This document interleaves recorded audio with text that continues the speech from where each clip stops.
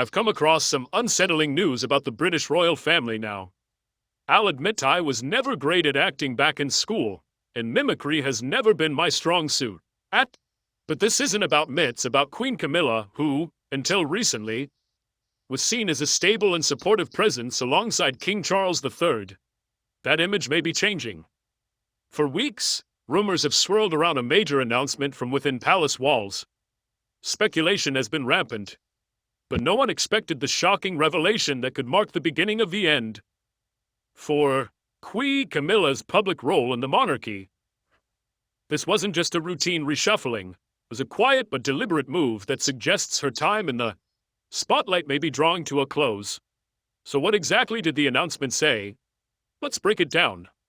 The news emerged during a private family dinner at Buckingham Palace, attended by King Charles III, Queen Camilla, Princess Anne, Prince William, and Princess Catherine. It was more than just a meal, it was a turning point in royal planning.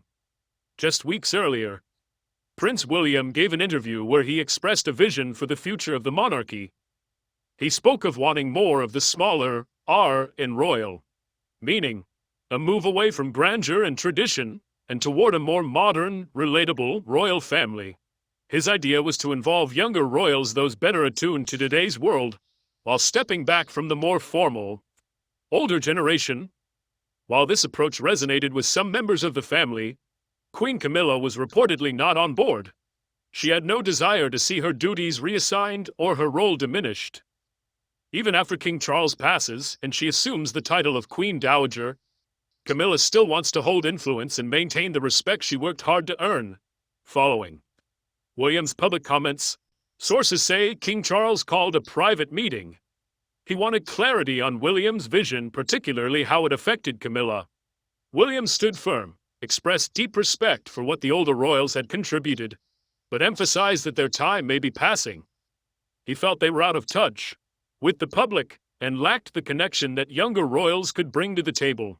Camilla reminded them all of her journey, how hard she worked to be accepted by the public and integrated into the royal family. She insisted she could still adapt, contribute, and remain relevant, even as a senior royal entering a new era. But the tone was clear. The monarchy is changing, and Queen Camilla soon find herself with a far less prominent role than she once imagined. She wasn't ready to let go, not yet. After a series of tense discussions, King Charles reportedly asked Prince William to review his plans once more. But the writing was already on the wall. During a recent private family dinner at Buckingham Palace, insiders revealed a subtle but telling exchange. Queen Camilla turned to Prince William, her voice friendly, even hopeful, as she asked about the last conversation they'd had regarding her future royal duties. She was clearly looking for reassurance. William's response was vague. He simply said he was still reviewing it. But everyone at that table knew what that really meant. The decision had already been made. Charles had no intention of reversing course. Camilla offered a strained smile and gently turned to King Charles, urging him with her eyes to speak. But he remained silent. William quickly shifted the conversation, changing the subject entirely. Despite her efforts to stay upbeat, Camilla couldn't mask the unease on her face. Her concern was evident. Her future was slipping from her grasp. It was becoming painfully clear. Once Prince William ascended the throne, she would be pushed to the sidelines, no longer a central figure, but a shadow in the palace. This was no minor change. It was a significant and deeply sensitive issue, and many insiders believed it wasn't being handled with the care it deserved. Since William first made his intentions clear, things between him and Camilla reportedly changed. Their once warm conversations grew cold and formal. William now keeps a poker face in their interactions, polite, brief, and emotionally distant. Meanwhile, Camilla has been clinging tightly to what power she still holds. Sources close to the palace allege that she opposed King Charles's decision to publicly reveal his illness, even to close family members like William. Her reasoning? She wanted to continue managing royal affairs from behind the scenes quietly, without interference. But William wasn't someone she could control. As heir to the throne, he had full access to the workings of the monarchy. He was always prepared to step in, especially during his father's illness, ensuring the royal machine kept moving. His presence left little room for Camilla's influence, and, lately, her behavior has changed, with William refusing to reconsider her place in the monarchy's future. Camilla has reportedly made moves to assert herself internally behind closed doors. She's tried to steer decisions and preserve her influence, but her efforts are increasingly at odds with William's vision for a modern monarchy. Ironically, not long ago, the public saw them as a united front. Both Camilla and William were seen supporting their spouses through simultaneous battles with cancer. Many thought that shared struggle might have drawn them closer, but William's recent actions tell a different story. While he once publicly praised Camilla for her loyalty and her role in supporting his father, it's clear now that he's never truly forgiven her. He hasn't forgotten the past, and neither has Prince Harry. To the sons of Princess Diana, Camilla was the woman who fractured their family. Though William eventually accepted her place in his father's life, he never let go of the pain her presence caused their mother. Diana may be gone, but she remains a powerful force in William's life.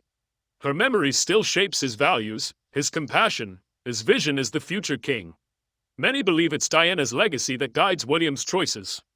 And it's this legacy that drives him to quietly, but firmly, reduce Camilla's role in the future of the monarchy. Even though Camilla has come a long way, rising from being one of the most disliked women in Britain to one of the top 10 most popular royals, her past continues to cast a long shadow. No matter how much goodwill she's earned, may never be enough for Diana's sons. Some royal watchers believe everything we've seen, the warm gestures, the smiles, the public support, was all an act. A calculated performance by William to maintain unity and decorum in the public eye. But behind palace walls, the truth may be far more complicated. Queen Camilla was never supposed to wear the crown. In her early years, she was seen as the embodiment of everything the monarchy rejected: controversy, scandal, and public mistrust. Even Queen Elizabeth II once expressed doubts about her place in the royal institution. But with King Charles's unwavering support, Camilla climbed her way to the top, eventually becoming queen consort. Now, the monarchy braces for a generational shift. Camilla's one certain role is under threat. Her influence is waning, her position uncertain, and for the first time in years, she may be facing life in the palace, not as a partner in power, but as a relic of a bygone era. Camilla Shand was born on July 17, 1947, in London. She was raised in Sussex by her parents, Bruce and Rosalind Shand, alongside her two younger siblings. At the age of 11, Camilla began attending Queen's Gate School in South Kensington, where she reportedly told her classmates that her great-grandmother had once been King Edward VII's mistress. While most might consider that a dark family secret, Camilla viewed it as a proud connection to royalty, something that gave her a sense of place and belonging.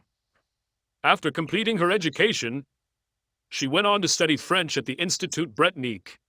In Paris, she later returned to London, making her debut into society in 1965. That same year, she met Andrew Parker Bowles, a charming cavalry officer who would later become her husband. But everything changed in 1970, that year. At a polo match, Camilla met Prince Charles. They clicked instantly, becoming close friends, then something more. Their romantic relationship quickly blossomed, but it didn't last. Charles was set to begin his naval career and would be away for 2 years. Before he left, he didn't propose, not because he didn't care for her, but because he believed he was too young to marry at 22. More importantly, the royal establishment didn't see Camilla as a suitable match for a future king. Camilla's past was scrutinized. She wasn't a virgin, and her family history, especially her connection to royal scandal, was seen as a blemish on her eligibility. Her lineage didn't meet the standards of the monarchy. Still, the bond between Camilla and Charles didn't break.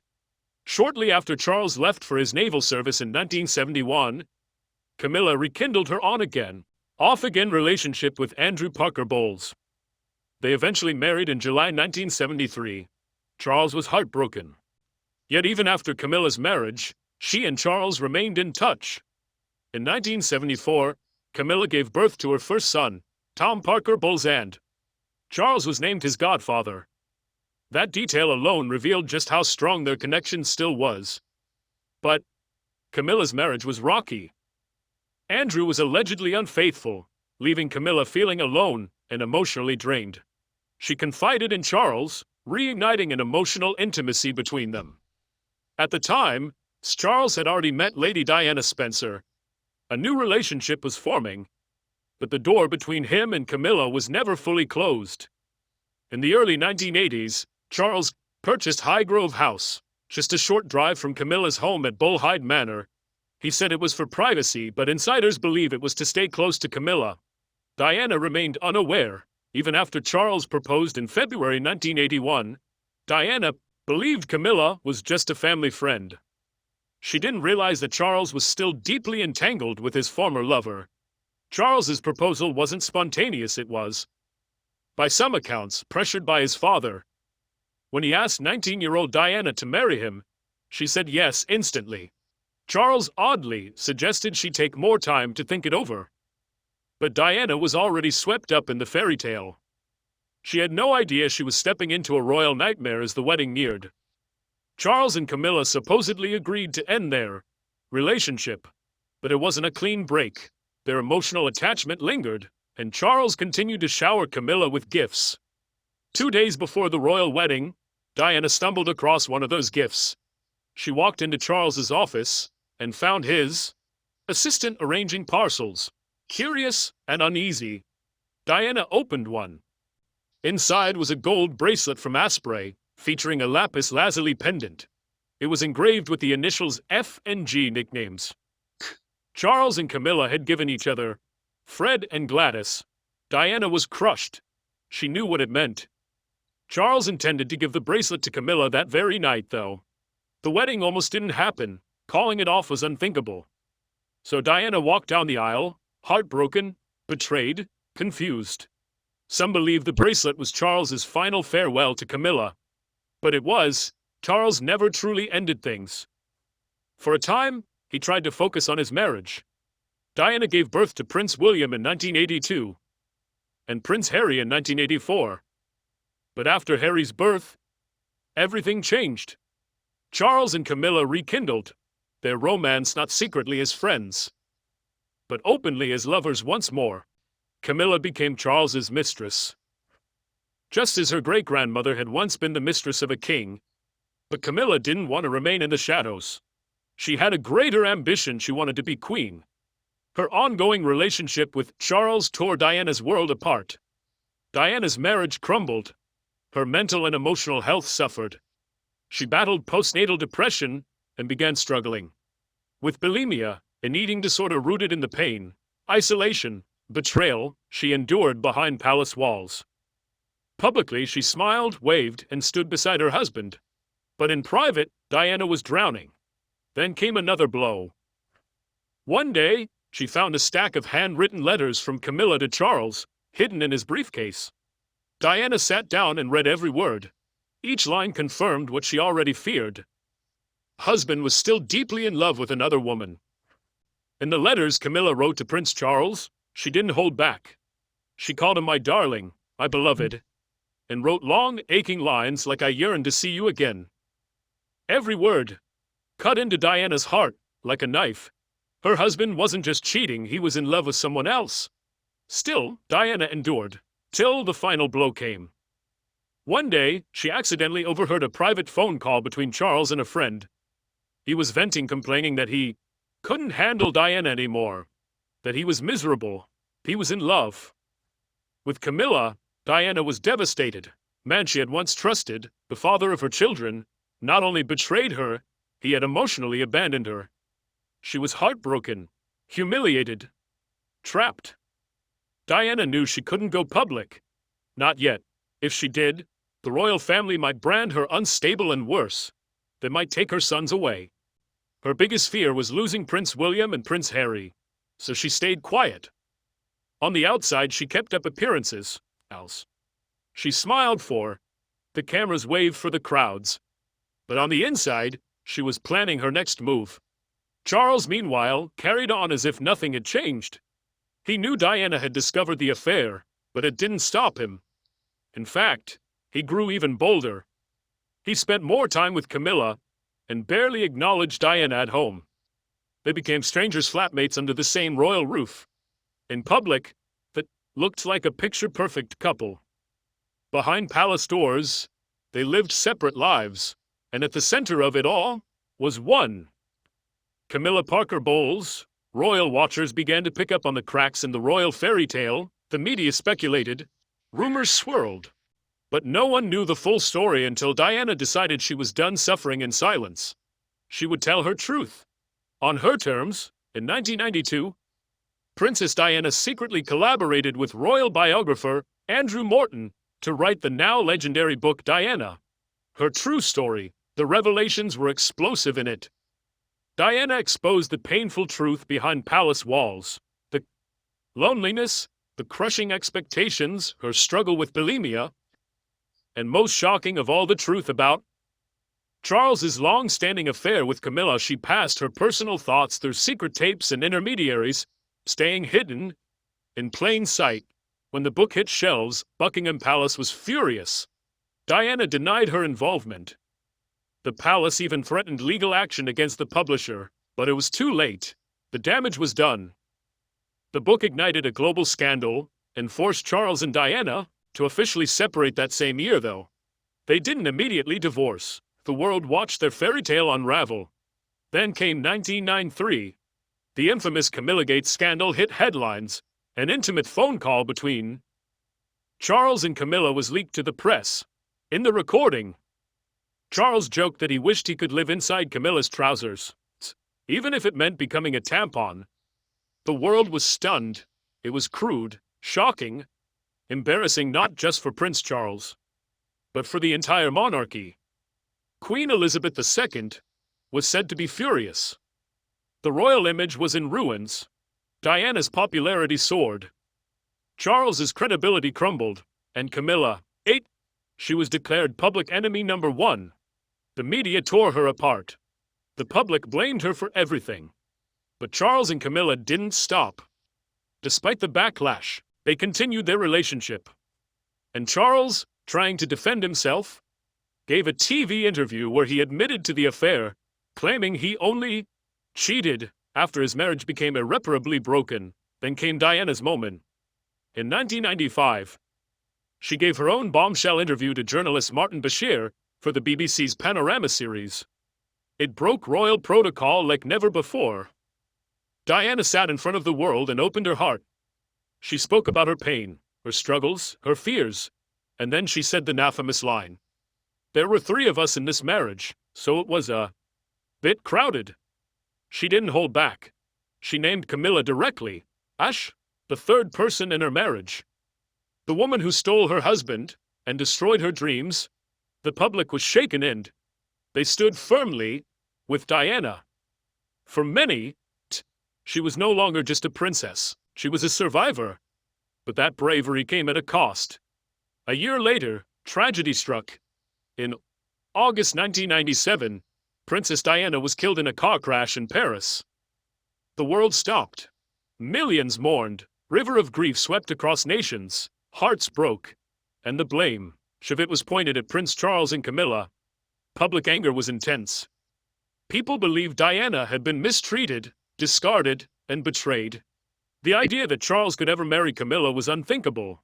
But he did, despite the outrage, despite the pain it caused his sons, despite Prince William and Prince Harry begging their father not to marry the woman who tore their family apart. Charles didn't listen. In 2005, he married Camilla Parker Bowles, the woman he had always loved. Over the years, Camilla slowly, painfully, began to rebuild her public image. She softened her presence, stayed out of the spotlight, and showed unwavering support for Charles. Eventually, even Prince William began to tolerate her, perhaps out of duty, perhaps for peace.